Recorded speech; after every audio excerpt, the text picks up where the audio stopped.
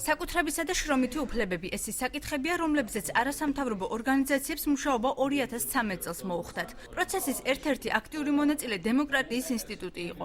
წლის განმავლობაში გაწეული მუშაობისაგან გენო გელაძე სწორედ უსამართლოდ გათავისუფლებული ადამიანების სამსახურში დაბრუნებას, ადამიანების უკანონო პატიმრობიდან გათავისუფლებას და აჭარის ტელევიზიისა და რადიოს საზოგადოებრივ მაუწყებლად გარდაქმნის საკითხებს გამოარჩევს.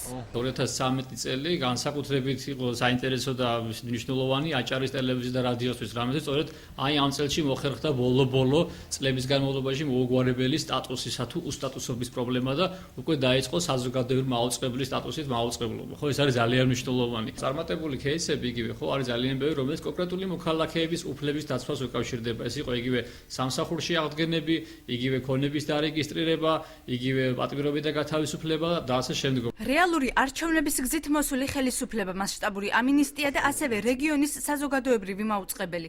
ამ საკითხებს გამოარჩევს წლის განმავლობაში არსებული გამოწვევებიდან ახალგაზრდა იურისტთა ასოციაციის ბათუმის ორგანიზაცია, თუმცა თავიანთ განსაკუთრებულ წვლილს მაინც აჭარის საარჩევნო კანონმდებლობაში შეტანილ ცვლილებებში ხედავენ.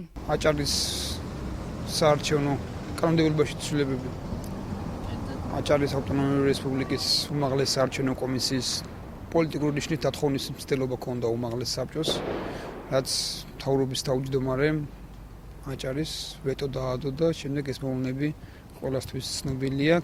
განვითარდა და საკმაოდ დადებითად ამ საკითხში საიას გამჭვირვალობას და სამართლიან არჩევნებს საკმაოდ დიდი წვლილი მიუძღვის. არასამთავრობო ორგანიზაციები თანხმდებიან, რომ ადამიანის უფლებებთან დაკავშირებით გაუმჯობესებული მიდგომების მიუხედავად იყო ფორმალური კონკურსები საჯარო სამსახურებში და მიწის აღიარებასთან დაკავშირებულ საკითხებზე, რაზეც მომავალში აქტიურ მუშაობას აპირებენ. რაც მე ძალიან არ მომეწონა, მაგალითად რა სამწელში იყო, ეს იყო საჯარო სამსახურებში საკანონმდებლო მოთხოვნების გამო თითქმის ფორმალურად გამოცხადებული კონკურსები, ეს არ არის ჩემისათვის სწორი.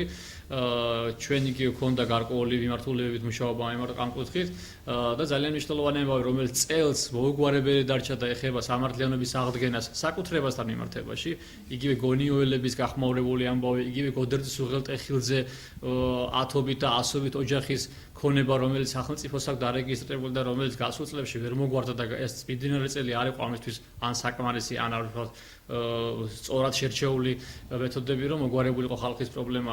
არასამთავრობო ორგანიზაციების ნაწილი კი აცხადებს, რომ ძალოვანების მიმართ შიშის სინდრომი მეტნაკლებად დაძლეულია და აღარც პირადი საუბრების მოსმენის შიში აქვთ, თუმცა ადამიანის უფლებების დაცვა მომავალ წელსაც მათი მუშაობის პრიორიტეტული სფერო იქნება.